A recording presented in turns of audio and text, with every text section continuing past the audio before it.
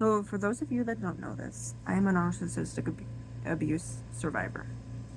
I have survived narcissistic abuse. I survived it for over 20 years. Now, you're probably wondering, why didn't I just leave? Why didn't I just hit the road? Well, the situation was my abuser was a relative. She had helped raise me. She was my legal guardian. She was in control of most of my money. And I couldn't just leave. And, that sounds like a really easy task to just leave. Oh, well, yeah, you shouldn't even live there. You shouldn't be with that person. You shouldn't go there. You're an adult. You should do what you want. But to separate from that person, especially someone that has been there your whole entire life, someone that you've formed a bond with, and someone that you would potentially love, it's like pulling a tooth. You can't just rip it out. But then again, you can't rip it out slowly either. Either way, it hurts. It hurts. And so you set up transitions for yourself to get away from that person so that the transition isn't as painful, and you don't feel like something is being ripped out of you, or you don't feel, but then at the same time, you don't want to go too slowly, because then you're going to have to go through every morbid step and slowly get out of the room while this demonic entity is after you. And it's a bit like, it's like the game Granny, okay? You make sudden movements, you have to go slow, but you can't go fast. But then there's certain moments where you have to go fast. But then at the same time, you can't go too fast or too slow, because there are certain objectives you have to go through to get out. This is very much, that was my life. And the fact that this woman was older makes it even more hilarious and ironic. More ironic than hilarious. So when I tell people this, they're like, I've had people that have talked to me about this where they have dealt with narcissists, and they say, well, I am the fool, I haven't left, I've put up with it, blah, blah, blah, blah, blah. And I'm like, you're the fool? I'm sorry, excuse me. You're the fool? And then I would tell them, I've dealt with narcissistic abuse for over 20 years. I think I can help. And they're like, wow. And I'm like, yes, young Padawan. I will help you on your journey. So, getting to the issue at hand, I did discuss this on TikTok when I was a TikToker. And I did make a difference. I touched a few people, and I was pretty successful. So I think it's something that should be talked about on this channel. And it should be talked about consistently, because narcissistic abuse is not talked about a lot. I see it on Instagram a lot, but not really on YouTube. And I'm sure it's here, but I'm just not looking. And most of the time it's psychiatrists, or it's Dr. Romani, it's that kind of thing. And I love them. I adore these people that talk about it, because it has been very helpful and healing for my journey. But what was really healing was being able to connect with people who have experienced the same thing. And I hope to do the same thing here. And so, a little bit about my childhood. So when I was younger, I was told not to ask for things if I ever left the house. And so one day, we had a Hispanic neighbor. they were like a few apartments down. So I went over to their house. They had a son who was a year older than I was, a daughter who was exactly the same age, and then a daughter that was 4. Now the middle daughter, the one that was my age, was sitting by her mother, and I said, you know what? I'm kind of hungry. So she translated to her mother the situation in Spanish. She knew English, but Spanish was more comfortable for her, which is fine. And so she had this look on her face. She looked at me and she went, like, I had given her a challenge, the challenge of her life, the challenge that was her calling and her purpose that God had set her on this planet for. And what did she do? She fed me. She gave me food. I did not go hungry that day. And I remember just this incredible relief coming over me after I did that. What I wasn't aware of was you could ask for things, and people would be happy to give them to you. Now at home, when it had to do with food, there wasn't a lot of questions about, oh, is this what you want? Would you like this? What kind of food do you want? That kind of thing. It was like, okay, we're having pot roast tonight. Okay. And it was just expected that if you didn't like it, you didn't eat. Or it was a huge insult. And I once asked why we were having cornbread for the second night in a row. It was not just corn, it was corn and beans. Like, the beans were in the cornbread. I don't know if anybody does that, but that's weird. And I said, are we going to have this every night? And she did a rumple. She went, Rumpelstiltskin from Once Upon a Time. Like she was really genuinely shocked. And I was just like, can we have something different? And then she went, yeah, okay. And there wasn't, I remember looking through the pantries looking for things to eat. And what was very sad was there was usually nothing that I wanted to eat. Because, yet again, nobody asked me what I wanted to eat when they went to the store. So, literally, I would go in and I would say, I'm hungry. Well, what do you want to have? I don't know. I don't see anything that I want to eat. Then you're not hungry. Now, me, I didn't think this was abuse. I thought this was just old-fashioned thinking because she was an older woman and, she was a baby boomer. So I thought, that's probably what her mother told her. So I didn't think much about it. But then things got a little bit stranger, especially when I would stay with my aunts. And my aunt would come and say, hey, do you like cereal? Be like, I don't know. Just kind of look down because it's a poor abused kid. Do you like cereal? I guess so. Oh, you'll like this, dude.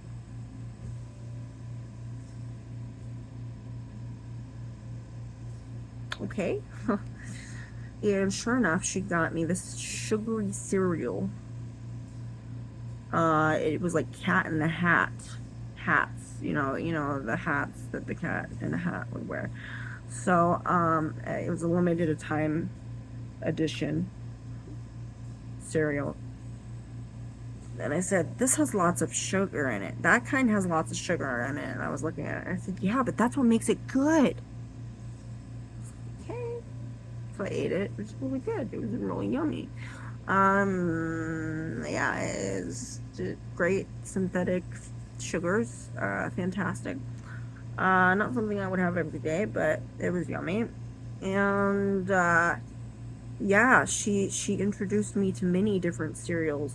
There was a lot of things like that I just really really liked.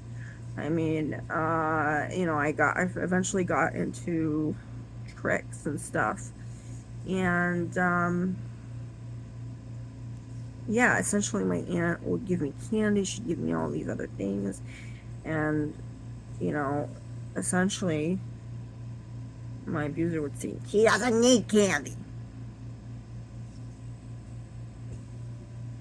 It would be fun. Kids need to have fun. Okay? They need to have fun. So yeah. So when you first get out on your own, whether it's your first outing, maybe you're going out, maybe you're not even leaving the house, it's gonna be a bit like Kimmy Schmidt. You're gonna be like, I'm having candy for dinner. It's gonna be like that. Everything is gonna be brand new. There's gonna be just so many different things that you didn't notice, so many different places that you didn't go to. Like maybe you didn't go into Burger King because so and so. Oh, he didn't like that. So and so, she hated the people there. We didn't go there because there was this incident. She was a total Karen, you know how it is. And so you get turned off by certain places, certain movies, and then you actually get to the point where you get to actually like watch movies by yourself as an adult. And there's a newfound freedom. So it's really easy for people to tell you, yeah, you need to just get out. But if that means that you're going to be in a homeless shelter, you try your best not to rush into things. You do your best to try to remedy that. And so you tend to transition slower. And it's easy for people outside of the abuse to say, yeah, you should just get out there, hit the road. But when you're living it, it's a completely different scenario. It is slow, it is painful, it is agonizing. Now, eventually, you'll get to the point where you're not just out of that house, you're not just out of that environment, but you are out of that control. But I'm going to tell you, even when you're on your own, it's going to be a struggle. It's going to be a struggle. As I said, I was ashamed of asking for things. I didn't realize that when you asked for things, you would get things from people, because narcissists are very much, they're takers and you are always the giver. They don't want you asking for things because they want you to ask things from them. Essentially, if you're asking from other things, that's essentially, to them, that's like a cat going to sleep in another house. To them, it's a betrayal. And often they will use the word divorce. They will use the word that you're breaking up with me, even though you're not in a sexual relationship with them. You're just their sister, their daughter. You're not, your granddaughter, whatever. You're not in a relationship with them like that. But they will do that. They'll say, I'm going to divorce you. You're dead to me. This is what's going to go on. And narcissists don't see human beings as human beings. They don't see them with souls and hearts and minds. They see them as a marionette, a doll, a machine, something that if they push enough buttons, they'll get what they want. And these buttons happen to be your insecurities, the things that you're guilty or ashamed of. And they will use these things to guilt trip you and to control you and essentially get you to do what they want. And that means taking the information that they've gathered from all the years that they've known you and using that to essentially keep you in line. It could be your weight, it could be your appearance, it could be your clothes, it could be something that you've had that happened 10, 20 years ago. And it's something you have not resolved, and often they will not let you resolve them because you are constantly having to take care of them. They do not give things to you unless they are given something back in return. As I said, it is my belief, especially full narcissists, when you have somebody that is a complete narcissist, they are not decent human beings. They are not even human beings, to be honest.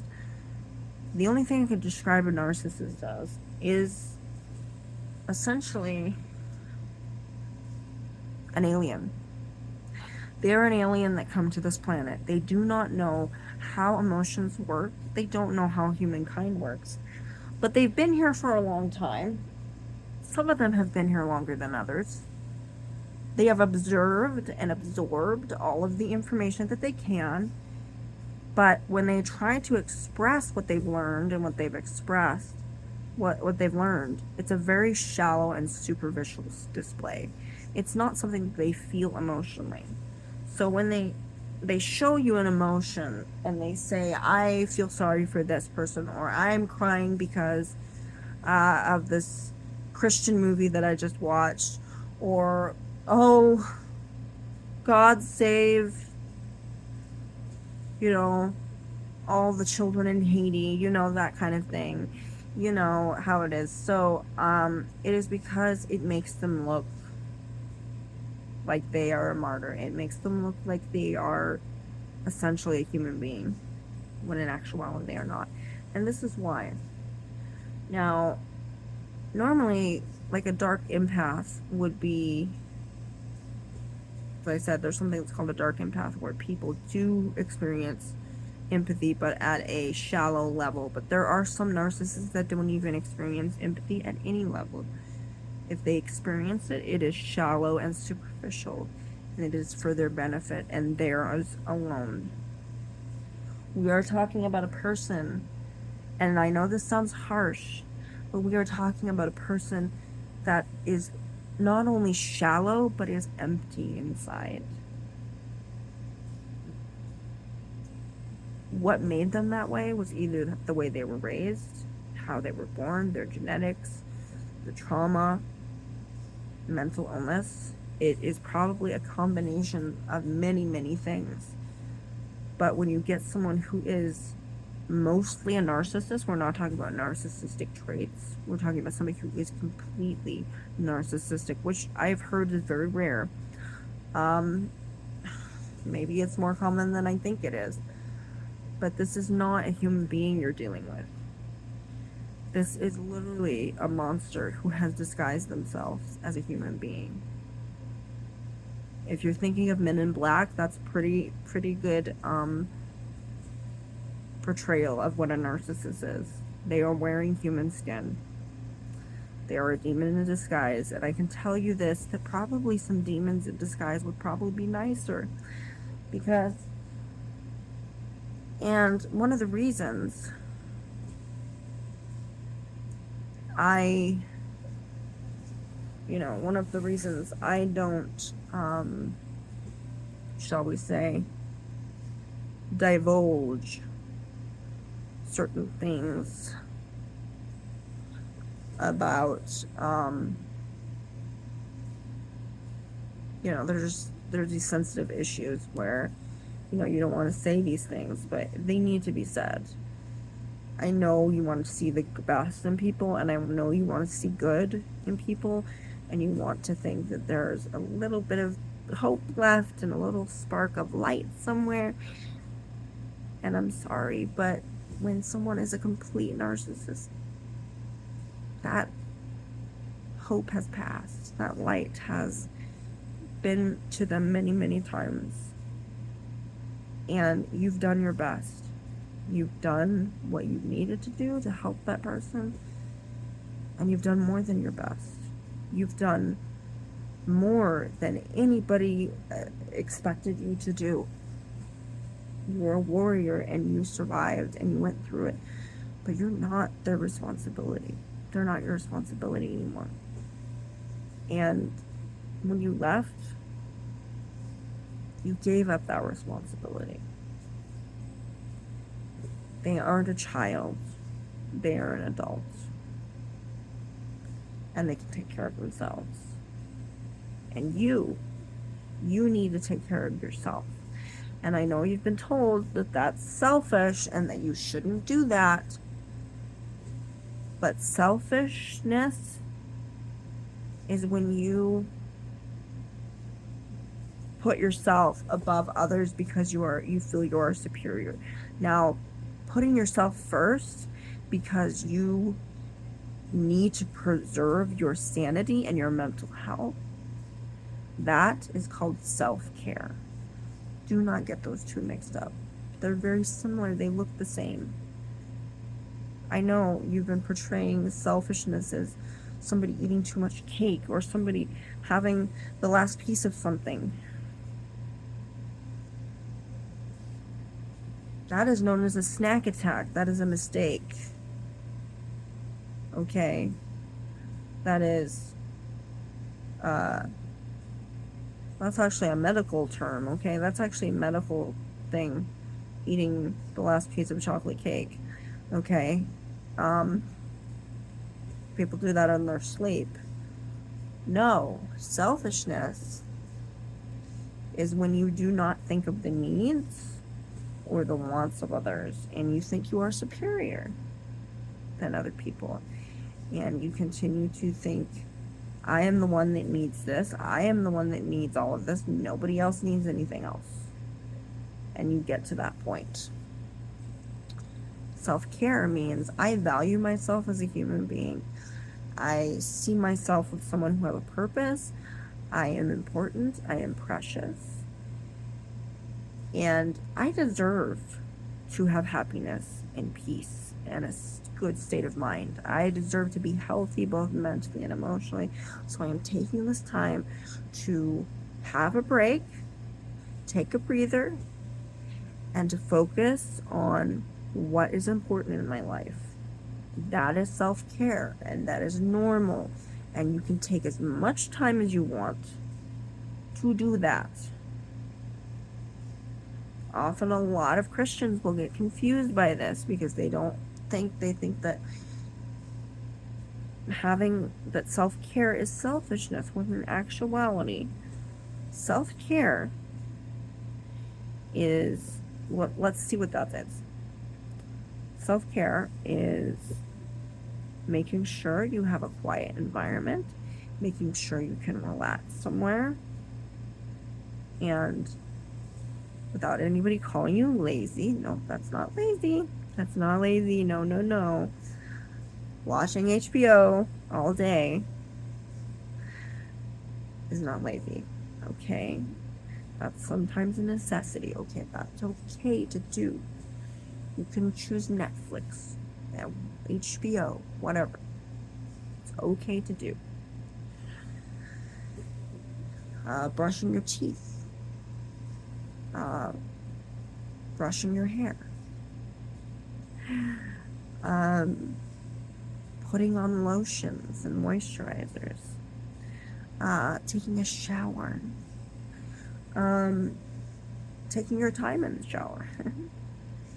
And ordering something online that you've always wanted to have. Doing something that makes you happy. Reading a book, listening to an audio ebook. These are things that are self-care.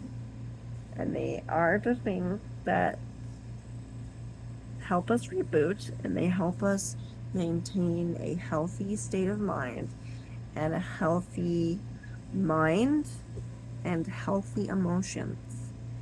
If we don't do this, we will essentially fall apart. So you're not being selfish, you're not being lazy. I don't care how much exercise you've done today or what you've eaten today. You need to eat. You need to sleep. You need to take this time or this day, this week, this month, whatever it takes to recover from stress. You need to de-stress.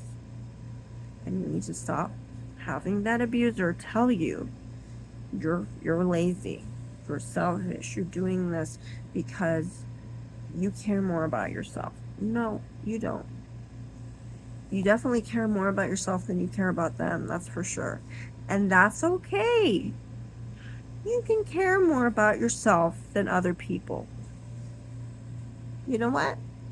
You can care more about yourself than you do care about other people. You can. You can love people, but you don't have to like them. Okay? So I'm going to leave this with you, and I hope that this was helpful. And I will continue doing this because this is actually kind of fun. I'm giving myself a good state of mind now. Now I can go to sleep because it is 10 o'clock right now. So I hope you all have a beautiful, blessed day, evening, afternoon, morning, wherever you are. I hope God blesses you with many blessings, which I'm sure He has, and He will continue to. So, farewell, so long, and until the next video.